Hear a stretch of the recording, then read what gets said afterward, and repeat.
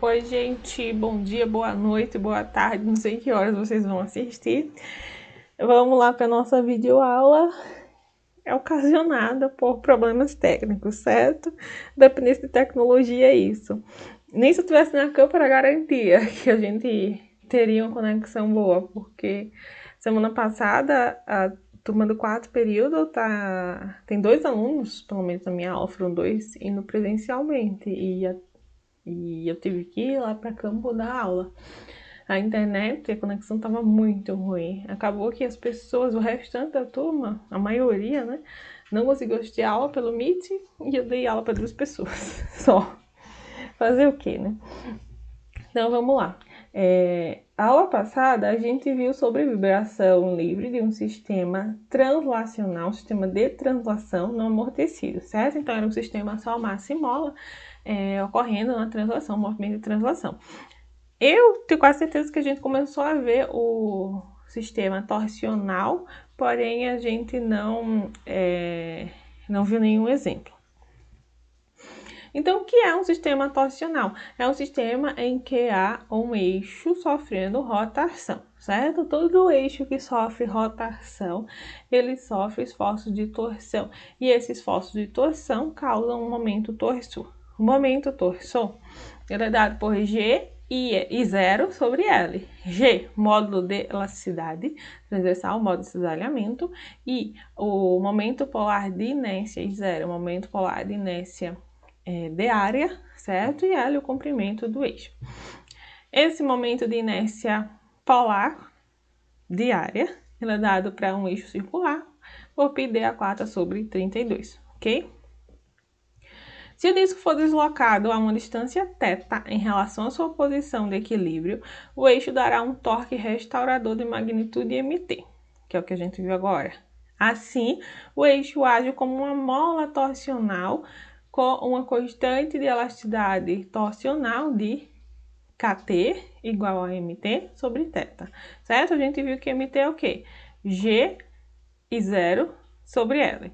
Substituindo o 0, a gente chega nessa equação aqui, que Kt é πg d a quarta sobre 32L. D, diâmetro do eixo, G, módulo de cisalhamento e L, comprimento do nosso eixo, certo?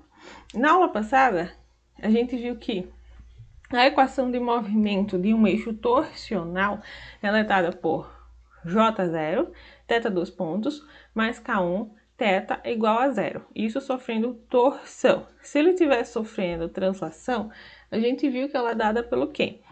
Por mx 2 pontos mais K vezes x igual a 0, certo? Então, a massa vai ser equivalente ao momento polar de inércia de massa, certo? J é o momento de inércia polar de massa. E o K, que é a constante da mola, vai ser agora também uma constante da mola, só que de uma mola torsional. E aqui a gente tem a nossa equação de movimento para um sistema torsional. E a frequência natural dessa equação de movimento é raiz de Kt sobre J0, certo? Aqui em termos dessa frequência em termos de período e essa frequência em termos de frequência em Hertz, não em radianos por segundo, certo? E esse J0, o que é o J0? É o momento de inércia polar. No disco circular, ele pode ser dado por W, d ao quadrado, sobre 8G, certo? Isso para um disco circular. W vai ser o quê? O peso do disco, D o diâmetro e G a gravidade. Esse momento de polar de inércia é aquele momento que a gente tem em tabela, certo? Aquele momento polar de inércia que a gente tem em tabela, então vai depender da geometria do eixo. A solução geral dessa equação aqui, certo? Vai ser A1 cosseno, frequência natural T, mais A2 seno, frequência natural T. Aplicando aquelas mesmas condições iniciais que a gente aplicou na translação, a gente chega em que A0 é igual a deslocamento angular inicial, e A2 é igual a velocidade angular inicial, dividido pela frequência natural, certo? E aí a gente obtém a solução geral da equação de movimento torsional, ok? Aqui a gente vai fazer um exemplo, é um exemplo literal, certo? Ele não tem Não tem números, é só letras, é só para a gente ver como que se comporta essa equação. Considere o sistema da figura que parte do repouso. Então, aqui a gente tem o sistema massa-mola, só que uma massa que ela rotaciona. Calcula a frequência natural e a equação de movimento desse sistema. O momento de inércia de massa é dado por 1 meio de mr ao quadrado. Vou usar aqui minha mesa digitalizadora em forma de celular, mas tá dando certo. Minha letra sai feia, mas tá dando certo. Então, vamos resolver essa questão. A primeira coisa que é pedida, abri a aula errada, é a frequência natural, certo? A frequência natural de um sistema torsional, vamos lá, ela é dada pelo quê? Frequência natural, vou colocar aqui exemplo 1. Frequência natural é igual a raiz de Kt sobre J0. Momento polar de inércia, e Kt é o módulo, o coeficiente de elasticidade torsional, certo? Então, o J0, a própria questão já deu que para um eixo circular vai ser 1 meio de m r ao quadrado, certo? Deixa eu só confirmar se é isso mesmo. 1 meio de mr ao quadrado. Isso, abriu alguma coisa, gente? Então, vamos lá. E o Kt, segundo nossa fórmula que foi apresentada agora há pouco no slide, ele é dado por π g d² sobre 32L, certo? Então, esse Kt ele vai depender do módulo de cisalhamento, que ele é dependendo do material, certo? Ele é dependente do material, cada material vai ter um módulo de cisalhamento diferente do diâmetro do eixo e do comprimento desse eixo, certo? Então, vamos lá substituir na frequência natural. Frequência natural vai ser Kt, quem é Kt? Π, G, d² sobre 32L sobre J0, 1 meio de mr². Certo? O que a gente pode corretar aí? A gente pode corretar esse D com R, obviamente a gente vai fazer algumas manipulações, certo? E o 32 com o 2. Vamos lá fazer as manipulações para a gente ver o que dá para cortar. Só para outra página para não ficar muito carregado. A gente sabe o quê? Que R é igual a D sobre 2, certo? Então, vamos lá substituir. Frequência natural vai ser igual a π g d² sobre 32L vezes 2 sobre m r ao quadrado. Só que quem é R? R é D sobre 2 ao quadrado, certo? Isso daqui a gente já pode dividir, então a frequência natural vai ficar π g d² sobre, tô fazendo passo a passo, mas vocês podem fazer tudo de uma vez já, tá bom, gente? 32 dividido por 2 dá 16, então 16 sobrou aqui, 16L vezes m, deixa eu tirar esse parêntese que a gente não vai precisar mais dele, d² sobre 2 vezes 2, 4, d² sobre 4, certo? Então, d² a gente consegue cortar com d² e o 16 pode cortar com 4. Então, sobrou o quê? Raiz de πg sobre 4LM, certo? Então, este é a nossa frequência natural em termos, como é o nome, algébricos, certo? Em termos literais, certo? Sem substituição de nenhum número. Gente, peraí, temos um erro, achei um erro aqui. Aqui não é d a quarta, é d ao quadrado, certo? Aqui é d ao quadrado, tô louca.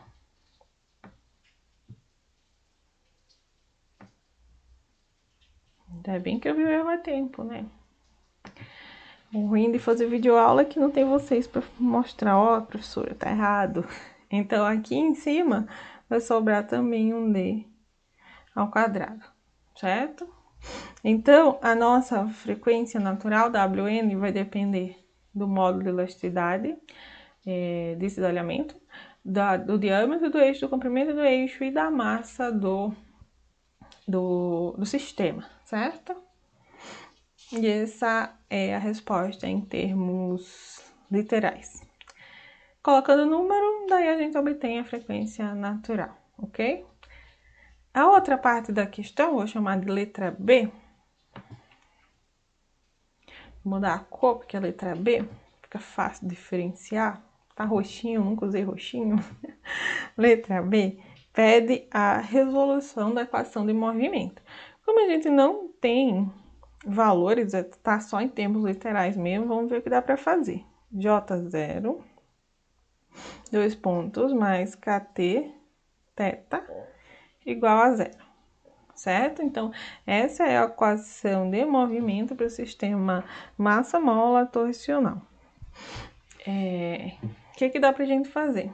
A gente sabe que a solução geral dessa equação é A1 cosseno de ômega nt mais A2 seno de ômega nt, certo? Então, vamos lá. Vamos achar quem é A1. A1, na solução, ela é igual a θ0, ou seja, a posição inicial, a posição angular inicial. Vamos ver se foi dado na questão. Não foi dado na questão foi dado só que ele parte do repouso, certo?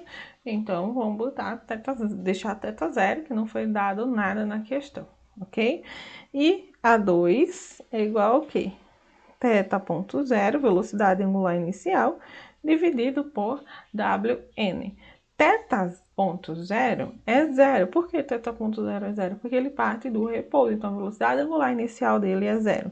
A2 vai ser igual a 0. Essa parte da equação, da solução da equação vai sumir, e a gente só tem que θ vai ser igual a A1, que é θ0, certo? θ0 cosseno de ômega nt. Essa é a solução da nossa equação. Obviamente que a gente pega esse ômega n, que é a nossa frequência natural, e substitui pela frequência natural desse sistema que a gente achou na letra A, certo? Eu não vou fazer isso para não ficar muito poluído esse quadro, entre aspas, digital, certo? Mas é só vocês substituírem, ok? Então, vamos partir para o próximo assunto.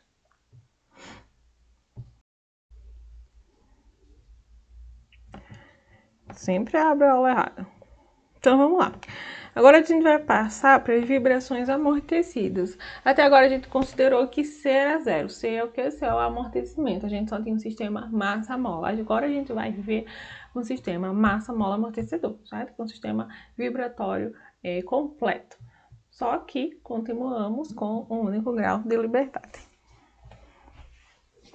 Vibrações livres amortecidas. Caso o sistema tenha C diferente de 0, ou seja, agora a gente tem um amortecimento, C é diferente de 0, o problema é de vibrações livres amortecidas, sendo seu movimento descrito por esta equação. Essa é a equação de movimento de um sistema vibratório amortecido, certo? Mx, 2 pontos, mais mx ponto, mais kx igual a 0. Vamos novamente assumir que esse sistema tem uma solução do tipo x igual a dE lambda t, elevado a lambda t, certo? Então, a gente está assumindo que esse sistema tem essa solução. Então, qual que é a lógica agora? Qual que é a lógica de resolver essa equação diferencial, essa EDO? A lógica é achar quem é os valores de D e os valores de lambda para jogar aqui e finalmente achar a solução da nossa equação, certo? Que a solução da nossa equação é o valor de x. Então, supondo que essa é uma solução, assumindo que isso é uma solução, a gente deriva uma vez, obtém isso, deriva duas vezes, obtém isso, certo? Então, a gente tem x, x pontos, x dois pontos. Substituímos aqui nessa fórmula inicial e obtemos isso daqui, certo? Vamos colocar o dE elevado a lambda t em evidência, fica desse jeito. Como d igual a zero é uma solução trivial e o exponencial elevado a alguma coisa nunca vai ser zero, então a gente vai ter que essa equação característica tem que ser igual a zero, certo? Dividindo ela toda por m, a gente chega nisso. E aí a gente obtém facilmente a raiz dessa equação, as raízes, né? Através da equação de Bhaskara. E as raízes dessa equação vai ser dada por isso daqui, certo? Se vocês quiserem aí fazer, é só fazer a Bhaskara normal. E a gente vai ter duas raízes, por quê? Porque a gente tem uma equação de segundo grau, certo? Então, aquela solução inicial, x igual a d exponencial lambda t, ela vai se tornar isso daqui. Por quê? Porque a gente agora tem duas raízes, certo? Então, vai ter um d1 e um d2. Substituindo lambda 1, substituindo lambda 2, a gente chega nessa pequena solução aqui, ok? A gente vai colocar o termo exponencial menos ct sobre 2m em evidência e chegamos nisso aqui. Então, vamos para as observações. Essa é a solução, tá, gente? Foco nela. O termo exponencial menos c sobre 2 vezes a massa vezes o tempo é uma função exponencial decrescente. Quando, preste atenção nisso, quando a gente tem que c sobre 2m ao quadrado é maior que k sobre m, então c sobre 2m ao quadrado vai ser maior que k sobre m, ou seja, isso daqui vai dar uma raiz de um número negativo, certo? Ah, desculpa, não. Esse é maior que esse. Então, isso daqui vai dar um número positivo normal.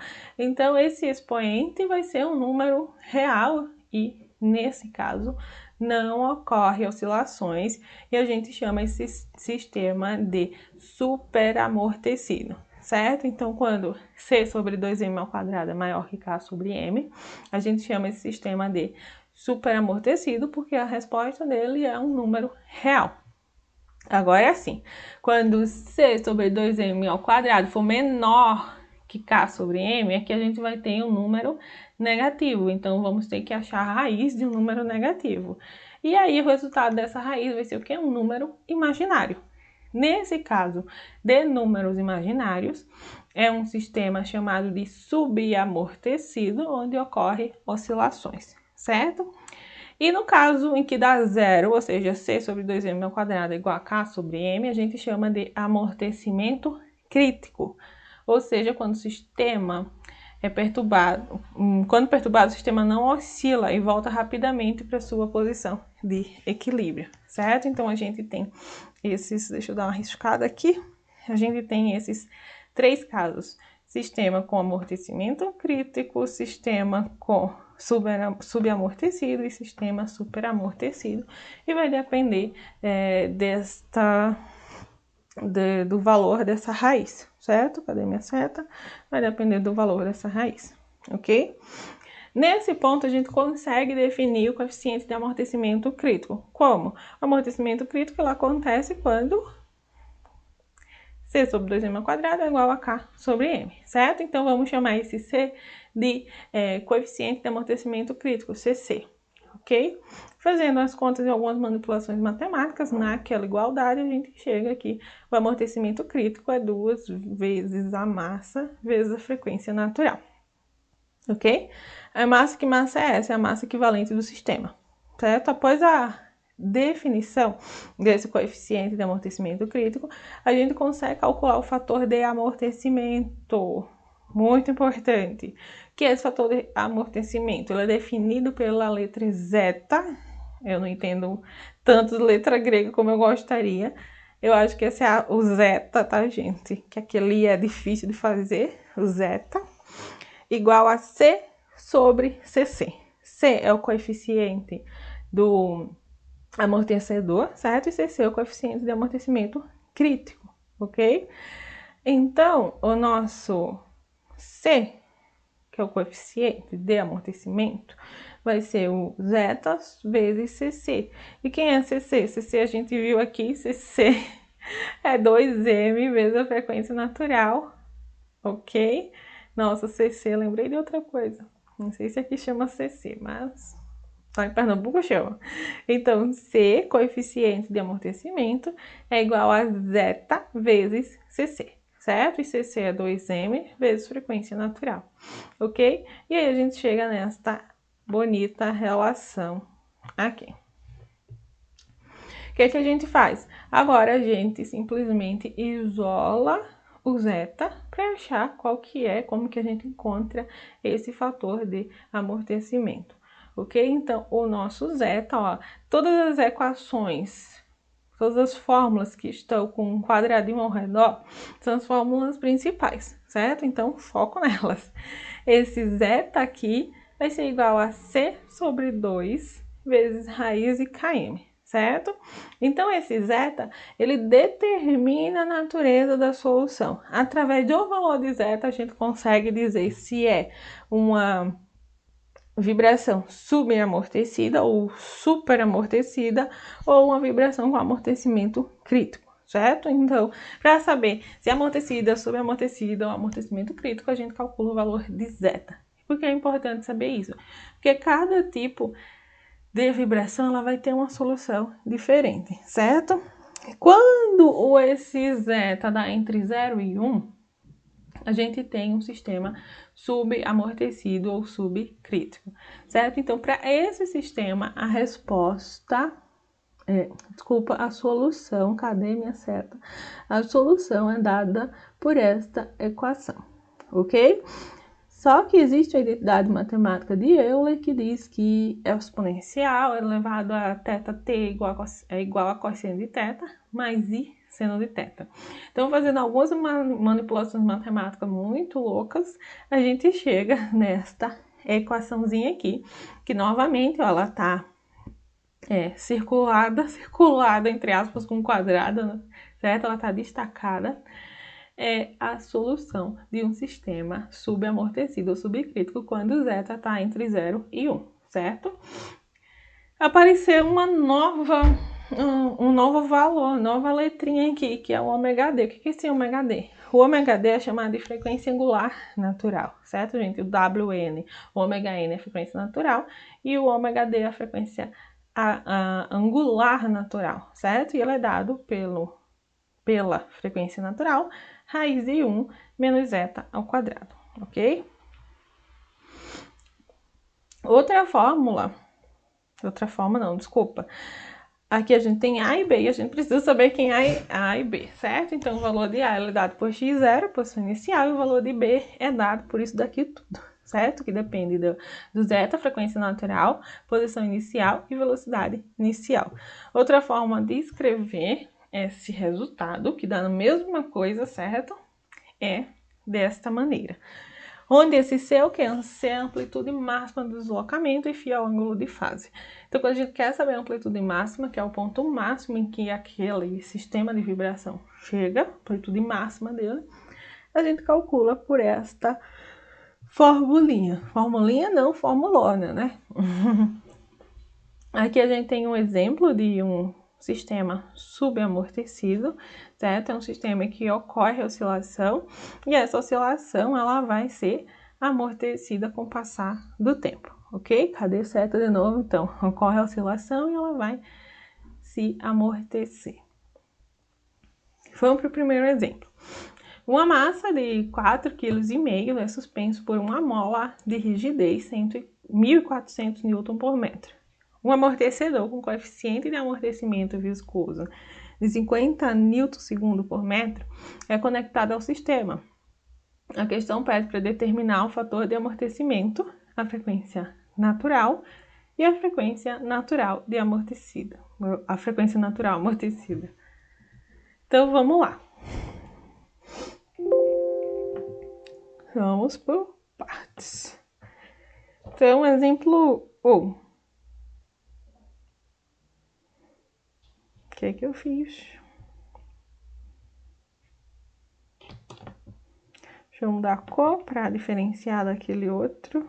Deixa eu ver se tem mais cores passando para cá. Ah, tem umas cores. Vamos de bordô, vinho, não sei lá. Então, primeiro exemplo de vibração amortecida, certo? A primeira coisa que essa questão pede é o quê? Fator de amortecimento. O que é o fator de amortecimento, gente? O fator de amortecimento é o zeta, certo? Então, como que a gente calcula o zeta? A gente calcula o zeta através desta formulinha. Vamos lá, eu não sei fazer esse zeta, nunca aprendi a fazer. Zeta é igual, não sei desenhar esse zeta nem a pau. C sobre 2 raiz de km. C sobre 2 raiz de km, certo? K é constante elástica, C a constante do amortecimento, coeficiente de amortecimento e M a massa. Então, vamos substituir. Vamos lá voltar no exemplo. C é 50, certo? K é 1.400 e a massa 4,5. Então, vamos voltar lá e C, 50. A massa, 4,5. O K é 1.400, né? Então, 1.400 vezes 4,5. Deixa eu só conferir lá que eu sou péssima de memória, gente. 1.400, exato, tá certinho. Então, fazendo essa continha aqui, essa divisão, a gente chega que o zeta é 0,31. Ou seja, ele tá entre 0 e 1. Isso caracteriza o que? Um sistema vibratório subamortecido. Certo? Isso é um sistema vibratório subamortecido. Outra coisa que a questão pede é a frequência natural, certo? Vamos lá voltar. Calculamos o fator de amortecimento, vamos calcular agora a frequência natural.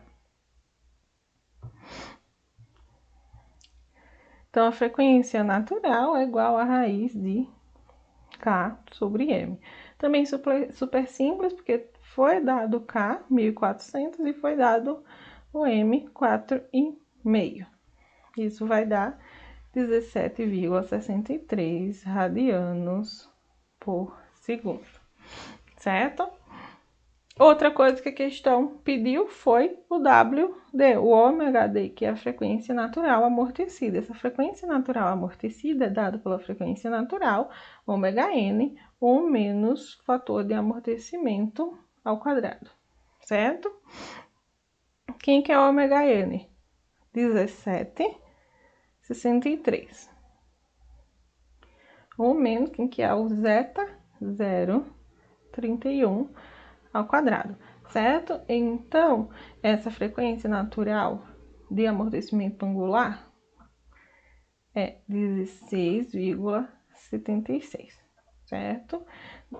Não vai caber o radianos por segundo, vai caber radianos por segundo. Bem pequenininho, mas coube, ok? E finalizamos a questão. Muito, muito, muito simples. Vamos para o exemplo 2.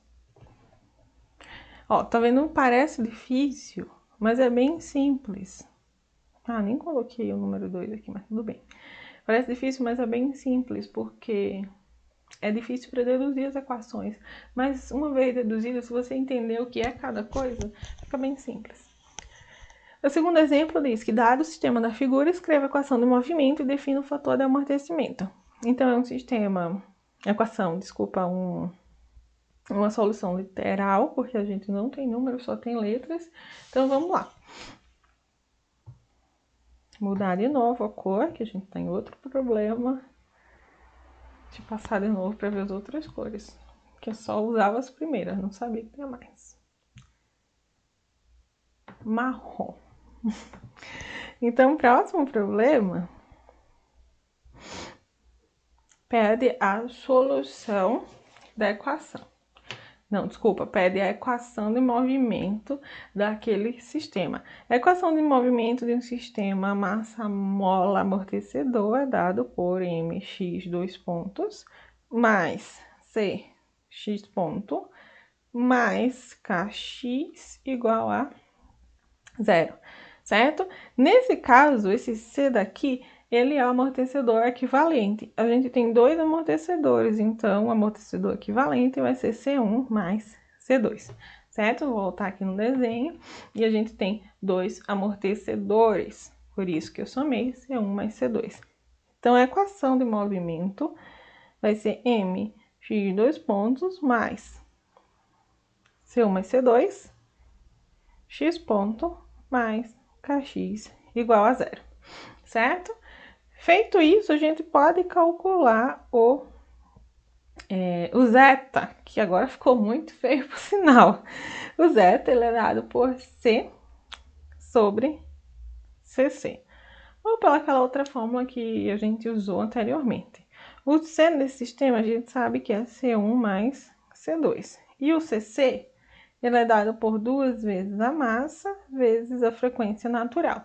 Gente, essas fórmulas eu não estou inventando, certo? E não está brotando na minha mente. São todas fórmulas que estão lá nos slides, são todas fórmulas que estão prontas, que alguém inventou, tá bom? Então, o nosso zeta, que é o nosso fator de amortecimento, ele é dado por esta formulinha, certo? Para esse sistema com dois amortecedores, ok? Se eu quiser mudar aquela minha equação de movimento, o que é que eu vou fazer? Eu vou isolar esse C1 mais C2, tentar fazer aqui no cantinho, C1 mais C2, e vou dizer que ele é igual a zeta 2mWn, certo? E aí eu substituo na equação de movimento. E a equação de movimento vai passar a ser m x, dois pontos, certo? Mais 2 vezes zeta. Deixa eu voltar aqui, quem que é o C1 mais C2? 2 vezes zeta vezes 2m vezes wn. 2 vezes zeta vezes 2 vezes m vezes wn, vezes x ponto mais k, x igual a 0, certo? Então, o que a gente pode fazer aqui? Dividir tudo por m. Vai ficar x dois pontos mais 2, frequência natural. Ups. Isso é só se você quiser fazer manipulações matemáticas, tá, gente? Nada obrigatório aqui. Do outro jeito também estava certo do mesmo jeito. Então, vai ficar 2 vezes a frequência natural vezes o zeta vezes o x ponto, mais k sobre m, que eu dividi tudo por m, certo? Igual a 0. E quem é que é k sobre m? K sobre m é a nossa frequência natural ao quadrado, certo? Então, x dois pontos mais 2 vezes a frequência natural vezes o zeta vezes o x dois pontos não, desculpa, ponto, mais a frequência natural ao quadrado x igual a 0. E fechou. Essa é a nossa equação de movimento, já com todos os termos manipulados matematicamente, ok? E a gente obtém esse resultado. Então, qual o próximo passo? Não tem mais próximo passo, porque a gente já fez tudo que a questão pediu. Vamos continuar. Pronto. Voltando ao valor de zeta, a gente viu e fez 2 exemplos quando ele dá entre 0 e 1. Só que ele pode dar maior que 1. E quando que isso acontece? Quando a gente tem um movimento super amortecido ou super crítico, certo? Então, nesse caso em que o zeta é maior que 1, a gente vai utilizar esta solução aqui, ok? Então, como eu falei anteriormente, calcular o valor de zeta é fundamental, porque é através dele que a gente sabe qual vai ser o tipo de movimento, e sabendo o tipo de movimento que a gente vai escolher a solução correta, certo? A resposta de sistemas superamortecidos não envolve oscilação. Assim, quando este é perturbado, ele retorna à sua posição de equilíbrio de forma exponencial.